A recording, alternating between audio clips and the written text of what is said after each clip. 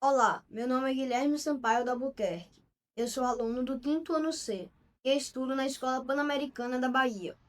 Hoje estou aqui para entrevistar o professor Luiz Mário Ferreira Costa para o meu projeto do PAP Exhibition, cujo tema é o analfabetismo funcional. O professor Dr. Luiz Mário é historiador, psicanalista e pesquisador da escrita e da linguagem. Doutor em História pela Universidade Federal de Juiz de Fora, UFJF, e pós-doutorado pela Universidade de São Paulo, USP. Desenvolve pesquisas voltadas ao pensamento crítico, à argumentação e à formação intelectual. Autor desde 2014, é criador do método Redação Total Enem e atua na formação de escritores por meio de mentorias e em escrita de poder, à frente da Coaching Escrita, consultoria relacional. Sua trajetória intelectual orienta-se pelo domínio consciente da linguagem, em contraposição às formas superficiais de escrita. Se o analfabetismo funcional limita o pensamento, a escrita de poder devolve autonomia e persuasão intelectual. Professor, o senhor gostaria de fazer algum comentário? Ô, Guilherme, boa noite, tudo certinho? Muito Sim, obrigado pelo convite, boa noite a todos. Bom, antes de começar, eu gostaria de falar alguns conceitos básicos, principalmente com relação ao analfabetismo funcional, né? Mas antes a gente precisa entender o que é a alfabetização, tudo bem? A alfabetização diz respeito à capacidade inicial, né, de ler e escrever palavras e frases simples. Já o letramento, como aponta Magda Soares, vai além disso. Envolve o uso social da leitura e da escrita, ou seja, a capacidade de compreender profundamente, interpretar e aplicar o que se lê em diferentes situações. Quando essas habilidades básicas, né, não estão presentes, temos o analfabetismo, né? No Brasil, segundo o IBGE, últimos dados de 2023, essa marca chega a algo em torno de 5,4% da população, com mais de 15 anos, com 15 anos ou mais, né? É, Porém, ainda temos um problema ainda mais grave, aí sim, o analfabetismo funcional, que, de acordo com o INAF, nos últimos dados de 2018, chegam em algo de 29% a 30% da população brasileira, um terço da população brasileira, né? Que mesmo frequentando a escola, é importante que se diga isso, mesmo frequentando a escola, ainda tem dificuldades de interpretar os textos, utilizar a leitura, enfim. Então, esse é o quadro inicial. Tudo bem? Hum? Obrigado, professor. Agora vamos começar as perguntas. Ok. O que é analfabetismo funcional? E, considerando o crescimento da escolaridade no Brasil, como explicar a persistência ou até a ampliação dos índices de analfabetismo funcional no país? Bom, o analfabetismo funcional refere-se à dificuldade de interpretação, compreensão e aplicação da leitura e da escrita, né?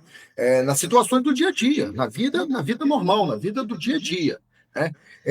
E essa questão acontece também com indivíduos que passam, né, que estão na escola, na escolarização formal.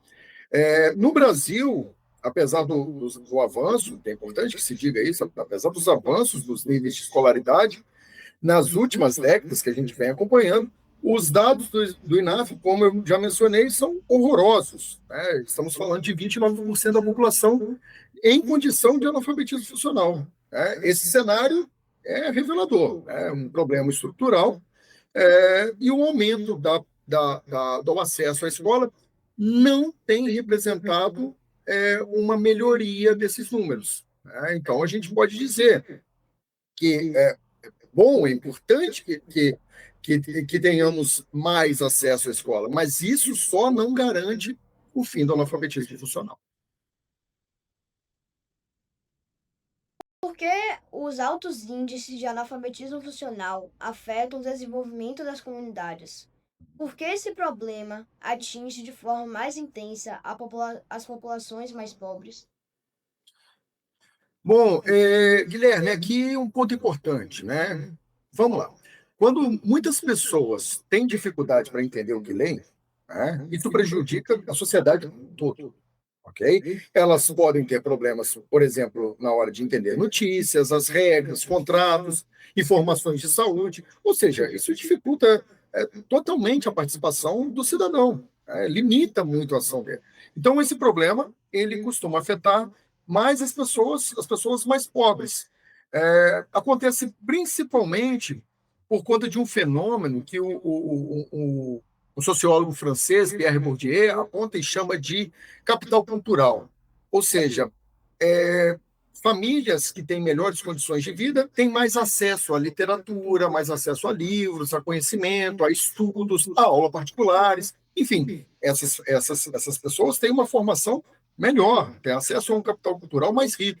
Já as pessoas mais pobres, elas não têm acesso a isso, né? Então, a gente acaba observando esses índices maiores nessa população, infelizmente. Professor, agora uma pergunta um pouco mais complexa. As escolas públicas conseguem oferecer uma boa educação? Como isso impacta a aprendizagem das crianças? Além disso, qual a importância da leitura compartilhada na infância? E como o uso excessivo de telas pode influenciar o analfabetismo funcional? Ok, ok. Vamos lá. As escolas públicas são fundamentais para garantir acesso à educação, ok? Mas ainda enfrentam desafios relacionados à qualidade. Isso não é novidade para ninguém. Muitas crianças estão na escola, sim, claro, verdade, mas nem sempre conseguem desenvolver plenamente essas habilidades que eu disse, de leitura, interpretação, né? Ou seja, acabam somando mais número ainda para esse analfabetismo funcional. É dentro desse contexto que a leitura compartilhada na primeira infância tem um papel muito importante.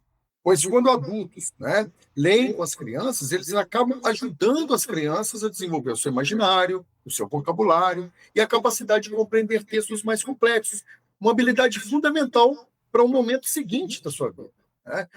Por outro lado, o uso excessivo de telas, especialmente sem orientação dos pais, pode prejudicar esse desenvolvimento. Isso acontece porque diminui o tempo, né? A leitura na tela é muito mais rápida, muito mais superficial e diminui o tempo de leitura, o que afeta também a concentração e reduz o contato com textos clássicos, textos mais longos, textos que requer realmente maior concentração, ok? O que acontece com pessoas que são analfabetas funcionais quando crescem e precisam trabalhar? E qual é a relação entre escolaridade e analfabetismo funcional? Essa também é uma pergunta muito interessante, porque diz no futuro, né? E, felizmente, temos um número muito ruim pela frente.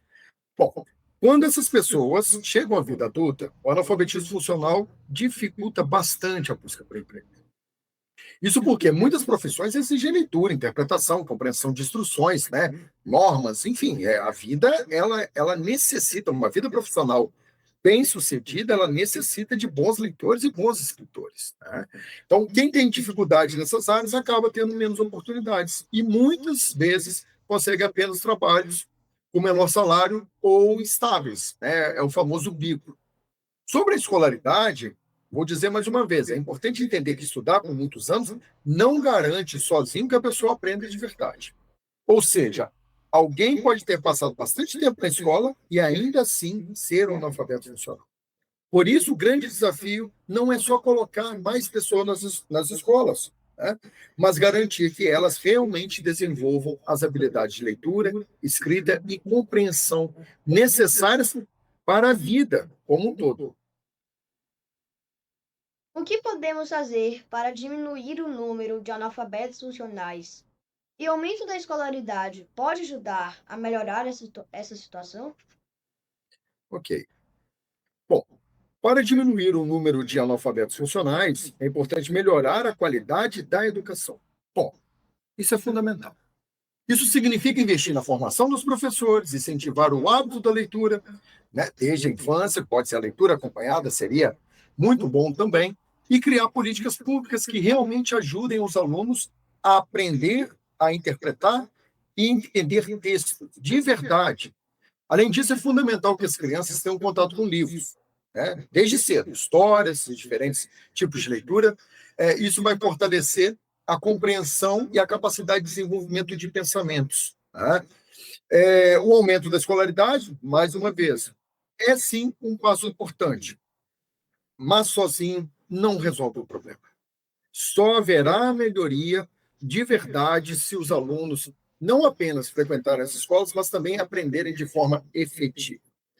Por isso, a esperança de redução do analfabetismo funcional, desde que a educação foque não apenas em colocar o aluno na escola, mas garantir que ele realmente aprenda e desenvolva essas habilidades. Não basta números na escola, é preciso ter qualidade desses números. Para finalizar, professor, como o senhor trabalha na prática o combate ao analfabetismo funcional no seu dia a dia? Guilherme, muito obrigado por essa pergunta. Esse realmente é um tema que muito me agrada, tenho trabalhado com ele de forma mais precisa desde 2019. No meu trabalho, eu parto de um conceito simples, de um princípio simples. Não basta ensinar o aluno a ler. É preciso garantir que ele compreenda, interprete e saiba aplicar o que acabou de ler. Né? Então, para isso, eu desenvolvi um método chamado de leitura em camadas. O que é isso? Né? Eu organizo a leitura em 3 níveis. Primeiro, o aluno entende o texto de forma direta. Depois, ele aprende a relacionar essa leitura com outros conhecimentos. E, por fim, ele conecta o conteúdo com a própria realidade. É nesse último ponto que a leitura ganha sentido de verdade. Não fica lá no campo do somente abstrato. A partir daí, a gente dá mais um passo. Avançamos para a escrita em camadas, né? Que segue a mesma lógica. O aluno escreve o que entendeu, relaciona as ideias e depois traz isso para exemplos reais. Esse processo é feito prioritariamente à mão, tá? Escrita à mão. Porque a escrita manual desacelera o pensamento, desacelera a nossa mente e favorece a reflexão. Né? Você consegue escrever e interpretar de forma mais profunda. O resultado é que o aluno deixa de apenas repetir informações e passa a construir pensamento próprio, desenvolvendo interpretação, argumentação e autonomia intelectual. E é justamente esse movimento de combate ao analfabetismo funcional na prática. Para encerrar, Guilherme, o que eu tenho a dizer é o seguinte: acredito que a leitura e a escrita são trabalhados com profundidade, caso contrário, não tem melhoria no analfabetismo funcional. Precisamos, de fato, formar pessoas capazes de pensar, compreender esse mundo e agir sobre ele. Muito obrigado. Muito obrigada pela entrevista, professor. O seu conhecimento ajudou muito no meu entendimento sobre analfabetismo funcional e ao de todos que estão assistindo. Obrigado a todos. Tchau, tchau. Tchau, obrigado.